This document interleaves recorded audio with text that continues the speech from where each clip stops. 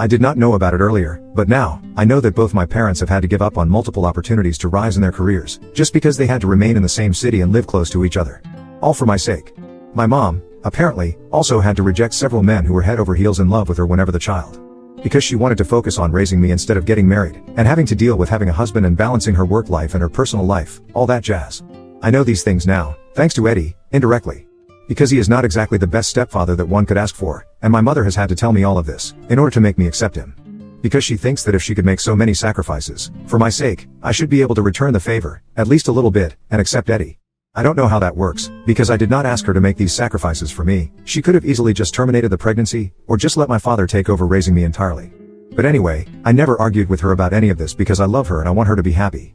So I was ready to accept Eddie, even though he was not a very nice guy. And by not a nice guy, I don't mean that he is mean to me in any way whatsoever. I just mean that he doesn't like me and he doesn't bother to hide it.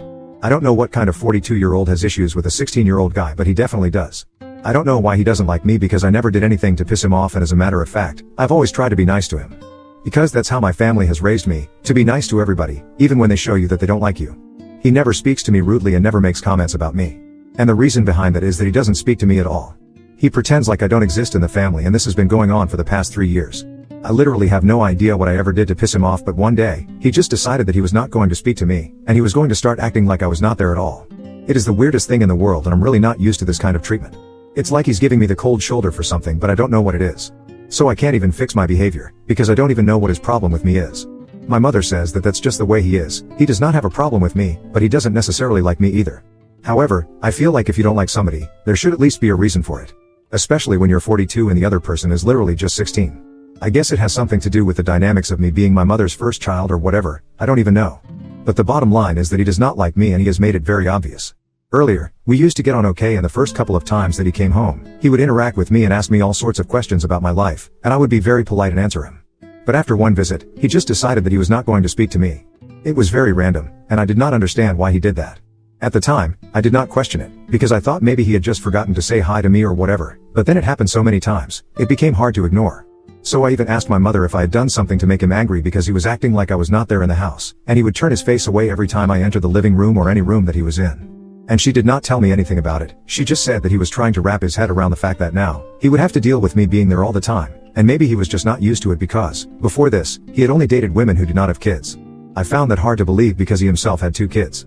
He had 2 sons, one was 15 and the other was 12. Their mother had passed away in an accident after the younger sibling was born.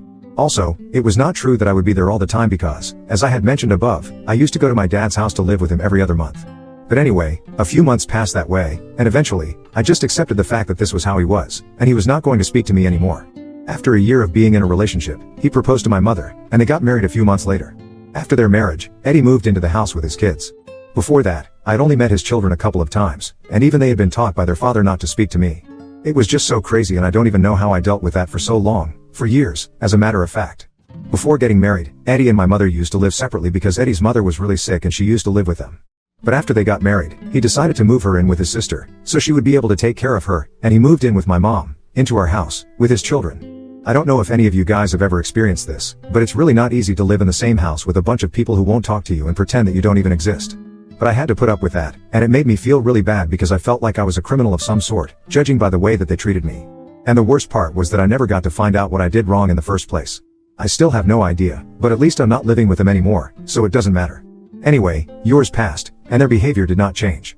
Even though I got used to it, I was already used to Eddie not speaking to me whenever he would come over to visit my mother, which was quite frequent. And after they got married, I got used to him and his kids living in the same house with me and not speaking to me. Every time I would go to my mother's place, I would have to prepare myself mentally to only talk to my mother for the next couple of weeks. She was the only person who would speak to me in that house, and everybody else pretended like I was not there, like I was invisible. It was hurtful, but I did want to spend time with my mother. So I had to deal with it because I knew that she was not going to talk to Eddie about it. Trust me, I had tried to convince her innumerable times to talk to him about it and get to the bottom of this, or at least try to solve it, but she told me that she had already spoken to him about it and there were a couple of personal reasons that she could not disclose to me, which is why he refused to acknowledge my existence in the house. And she could not do anything about it, because she understood where he was coming from and she also understood why I felt bad about it, but I would just have to suck it up and deal with it. If I tried to argue with her and stand up for myself, she would get all emotional and tell me that I was being ungrateful, because I was overlooking the fact that she had made so many sacrifices for me. So I could surely just give Eddie a pass for behaving with me the way that he did, and just deal with it for her sake. I wanted to fight with her, but I did not want to hurt her feelings. I never even told my father about any of this because I knew that if he got to find out about it, he would be very upset and would definitely drag my mother for this. They were very different people and had very different ideas on how to bring me up, so they kept having little arguments and fights, but I knew that something this huge would probably lead to my father filing for full custody or something extreme. I did not want to stir up drama, so I avoided telling him at all and pretended that everything was fine with my mother and her new family.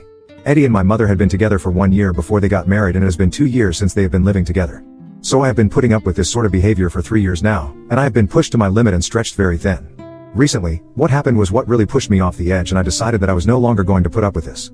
Last month, I was supposed to be spending the month at my mother's house, and as usual, Eddie and his kids had been ignoring me. I was already going through a rough patch because I had been fighting with a couple of my friends from school, and I was really not in the right headspace at the time. So about 2 weeks ago, when I woke up one morning, and I realized that the house was absolutely empty, I started losing my mind over it. Even up until the night before, everything had been normal, or as normal as it gets in my mother's house. They had been all talking to each other and ignoring me, but there was no mention of them going anywhere at the time. But when I woke up the next morning, I saw that the house was empty, and I immediately called my mother up to ask about it. I had no idea where they were, but thankfully, my mother did answer the call. When I asked her what they were playing at, she told me that she, Eddie, and the kids were going out on a little trip for the week and asked me to stay in the house and take care of it. I'm on summer break right now, so I don't have school and I don't really have to go anywhere. But I don't think it's appropriate to leave me at home, all by myself, and expect me to act like a watchdog. I was not on board with that plan, and I told my mother as much, that I was not ready to stay at home all day and watch the house. If she wanted something like that, she probably should have just amped up the security around her house, instead of tricking me into staying at home. I was also just mostly upset that they had not even told me about their plan to go out on a road trip, and left me at home all by myself.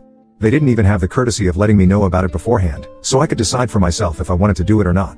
I probably just would have said yes, because as a high school guy, there is literally nothing more that we want than an empty house all to ourselves.